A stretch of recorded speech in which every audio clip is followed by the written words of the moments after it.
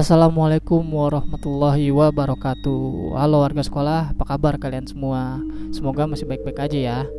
Di kelas sekolah horor kita kali ini masih melanjutkan cerita tentang gantung diri bagian kedua. Dan cerita kali ini masih dibawakan langsung oleh pemilik cerita, yaitu @nazulfa_. Jangan lupa di follow akun Twitternya ya. Sebelum kalian mendengarkan cerita ini, Capsek akan berterima kasih untuk like, share, dan komen kalian di video ini. Oke, tanpa panjang lebar, langsung saja. Saatnya kelas dimulai.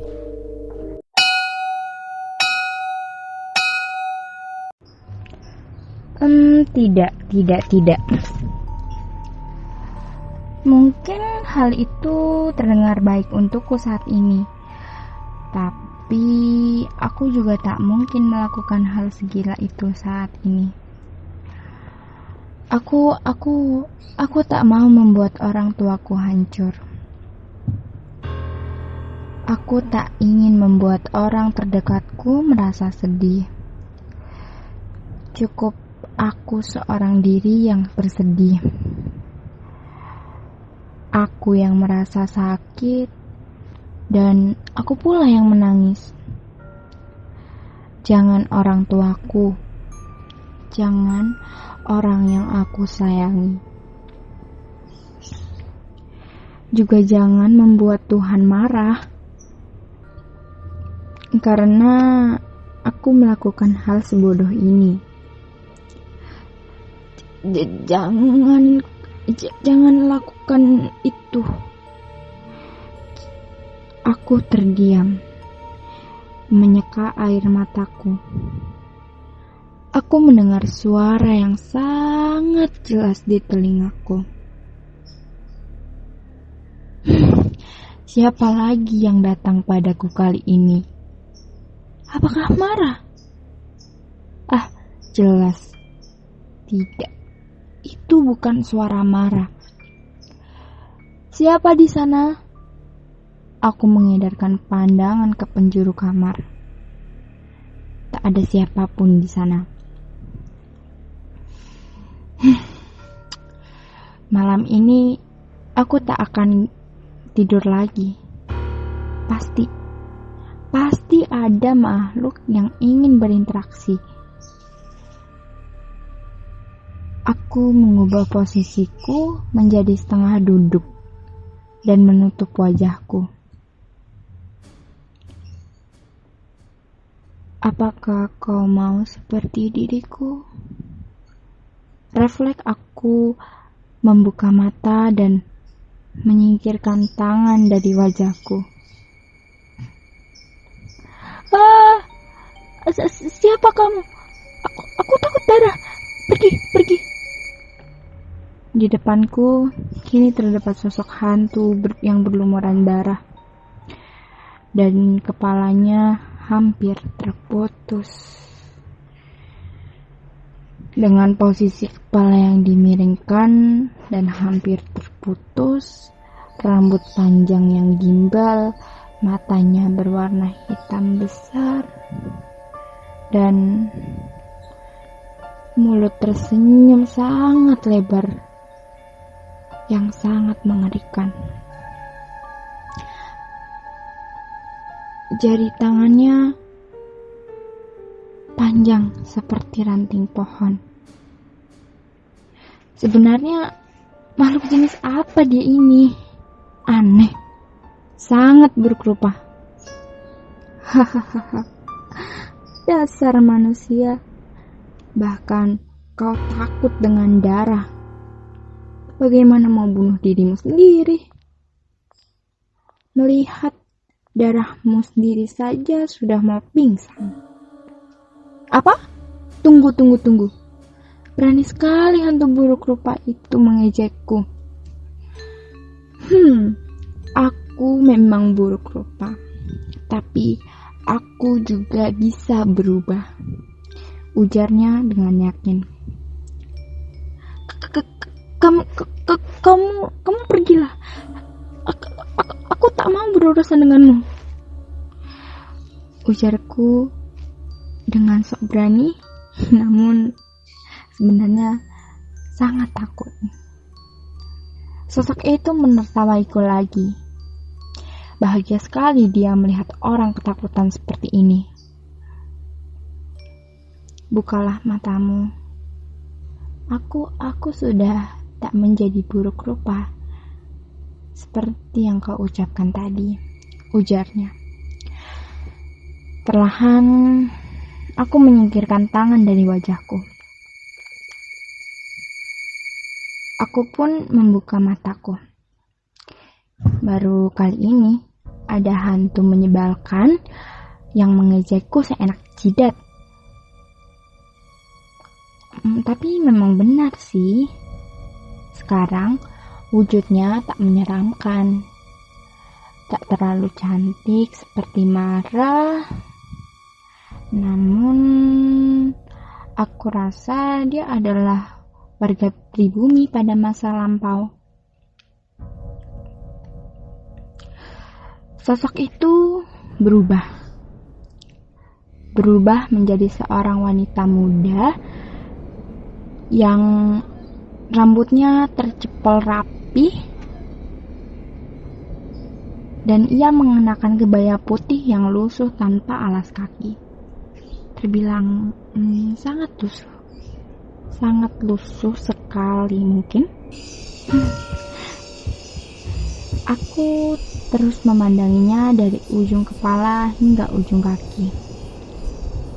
Dia seperti warga desa sekali. Tak usah memandangiku seperti itu, manusia, ujarnya. Aku mengerjapkan mataku kaget.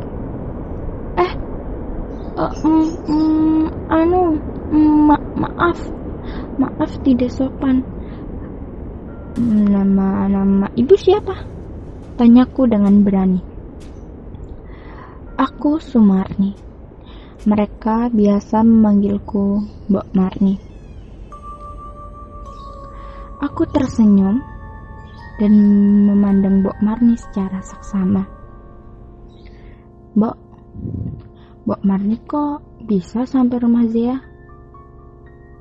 Tanyaku. Tentu saja. Aku hanya ingin menyadarkanmu. Bunuh diri bukanlah ide yang bagus, jawabnya. Bagaimana kau tahu itu?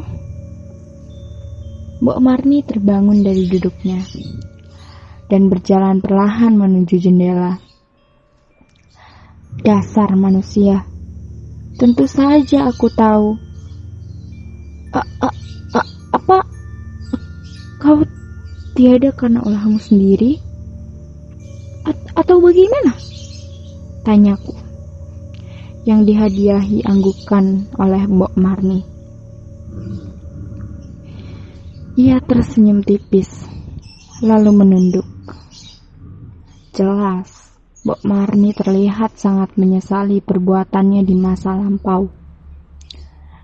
Bayangannya tentang kebodohan Mbok Marni di masa lalu kini pun seolah menghiasi pikiranku.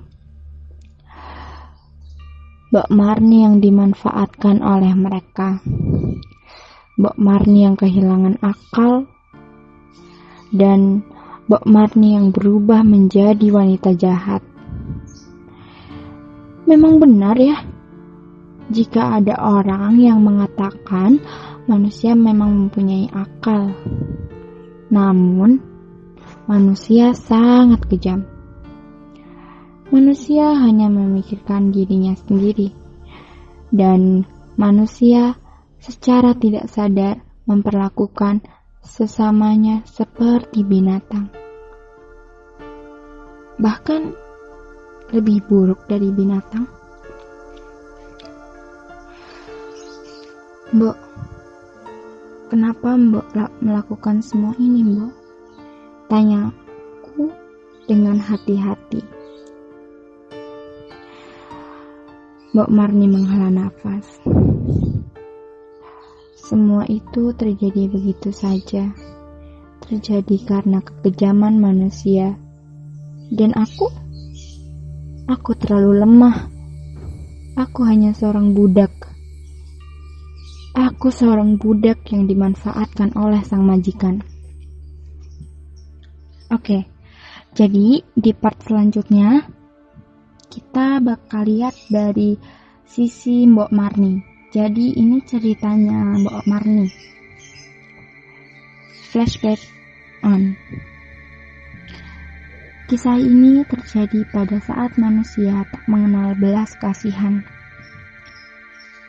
di mana manusia dikendalikan oleh nafsunya saja. Dan hiduplah seorang wanita cantik di bumi yang biasa dipanggil Marni. Marni, seorang warga pribumi yang menjadi kembang desa pada masanya. Marni yang dulu selalu ceria dan tak ada raut kesedihan di wajahnya. Wanita berumur 21 tahun itu hidup sebatang kara. Sudah tak ada lagi ayah dan ibu yang menemaninya. Ia pun tak mempunyai saudara. Marni hanya bergantung hidup pada majikannya. Majikan tempat ia bekerja sebagai pembantu di rumah saudagar kaya raya, rumah Juragan Karno. Seperti itu mereka menyebutnya. Sebenarnya Marni ini ingin sekali pergi dari tempat itu. Namun apalah daya, Marni takut tak ada seorang pun yang mau memberikan tumpangan untuk ia tinggal. Rumah itu rumah yang sangat mewah dan megah. Rumah yang sangat diidamkan oleh semua warga desa. Rumah yang katanya sangat asri dan tenang. Namun tidak bagi Marni. Bagi Marni, rumah itu adalah neraka. Tinggal menghitung hari saja, dirinya akan resmi menjadi korban. Korban seperti puluhan wanita itu. Sebenarnya Juragan Karno adalah orang yang sangat baik hati. Sikapnya yang ramah membuat Juragan Karno dikenal oleh semua warga desa. Sayangnya, beliau jarang sekali pulang ke rumah. Beliau selalu sibuk dengan segala urusan bisnisnya. Itulah faktor utama untuk Agus melakukan ini semua. Ya, Agus. Ia adalah anak sematawayang dari Juragan Karno. Agus yang Marni lihat selama ini sangatlah kejam. Pemuda kaya raya yang minim tata krama. Lelaki yang terlampau gila. Setiap hari, Agus selalu membawa wanita-wanita cantik ke dalam rumah mewah ini. Sudah tak terhitung berapa banyak teguran yang dilontarkan oleh warga sekitar. Wanita-wanita itu berasal dari luar desa ini. Mungkin jauh dari pedesaan. Karena penampilan mereka selalu modis.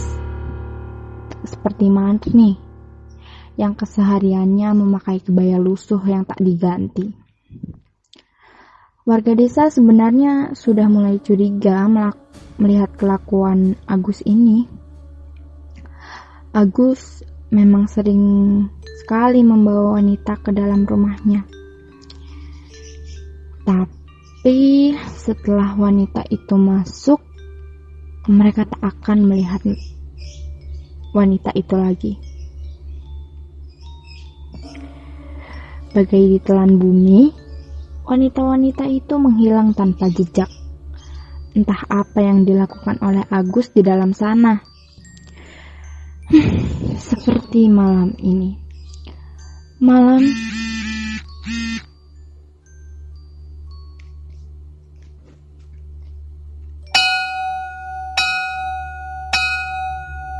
Itu dia cerita mengenai gantung diri bagian kedua. Gimana? Makin seru kan? Jadi cerita ini masih ada satu bagian cerita terakhir. Tentu masih dibawakan langsung oleh sang pemilik cerita. Nanti akan Capsek upload secepatnya. Oke. Terima kasih juga buat kalian warga sekolah yang terus mendengarkan cerita-cerita dari sekolah horor, dan tentunya terima kasih kepada Nazulfa underscore yang menceritakan cerita ini ke sekolah horor. Jangan lupa untuk like, share, dan video ini ya, agar warga sekolah horor semakin bertambah. Dan sampai jumpa di kelas berikutnya.